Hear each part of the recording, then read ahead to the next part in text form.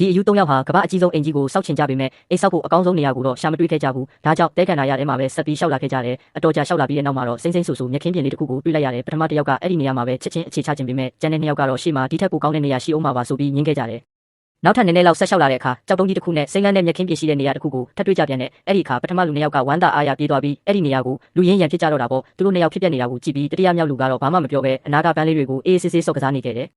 အဲ့ဒီလိုစော့နေရင်းနဲ့ပဲသူကအဝေးကအရာတစ်ခုကိုလှမ်းမြင်လိုက်ရတယ်ဒါနဲ့ကျန်တဲ့2ယောက်ကိုလှမ်းခေါ်ပြီးအဝေးမှာရှိတဲ့တစ်တော်အုပ်ကြီးကိုပြလိုက်တယ်အဲ့ဒီတစ်တော်ကြီးရဲ့နောက်ွယ်မှာတော့ပြလဲနေတဲ့ပင်လယ်ပြင်ကြီးကတရားလှပစွာတောက်ပနေတာပေါ့ဒါနဲ့သူတို့3ယောက်လုံးဝမ်းသာအားရနဲ့အဲ့ဒီနေရာကိုသွားခဲ့ကြတယ်ဒါပေမဲ့အဲ့ဒီလှပတဲ့နေရာကိုရောက်တာနဲ့ပထမလူ2ယောက်ကဒါဟာငါနေရာဆိုပြီးချက်ချင်းပဲအပိုင်စီးဖို့ကြိုးစားကြပြီးတတိယမြောက်လူကိုပါမောင်းထုတ်လိုက်ကြတယ်တနာစရာကောင်းတဲ့တတိယမြောက်လူလည်းသူ့ပစ္စည်းလေးတွေကောက်သိမ်းပြီးနေရာတစ်ရှာဖို့ထွက်ခွာသွားခဲ့ရရှာတယ်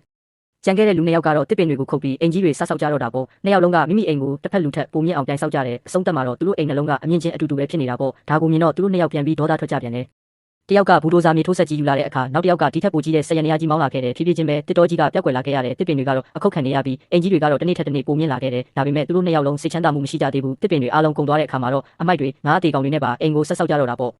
နောက်ဆုံးကမ်းခြေနားမှာကျန်နေတဲ့ကားတာယာအဟောင်းလေးတစ်ခုကိုမြင်တော့လေအဲ့ဒါကိုရောင်ပြန်လူပြီးရန်ဖြစ်ကြပြန်တယ်အဲ့ဒီလိုရန်ဖြစ်နေတော့မှပဲသူတို့ရဲ့အကြီးကအဝေးကကြောက်ဆောင်တစ်ခုစီကိုရောက်သွားခဲ့တယ်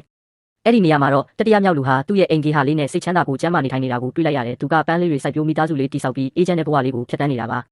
ဒါကိုမြင်မှပဲကြံတဲ့လူ2ယောက်ဟာစစ်မှန်တဲ့ပျော်ရွှင်မှုဆိုတာမြန်မာတိုက်ဆောက်အင်ကြီးတွေထဲမှာရှိတာမဟုတ်ပဲငြိမ်းချမ်းမှုနဲ့မေတ္တာတရားထဲမှာပဲရှိတယ်ဆိုတာကိုနောက်ဆုံးမှနားလည်သွားကြပါတော့တယ်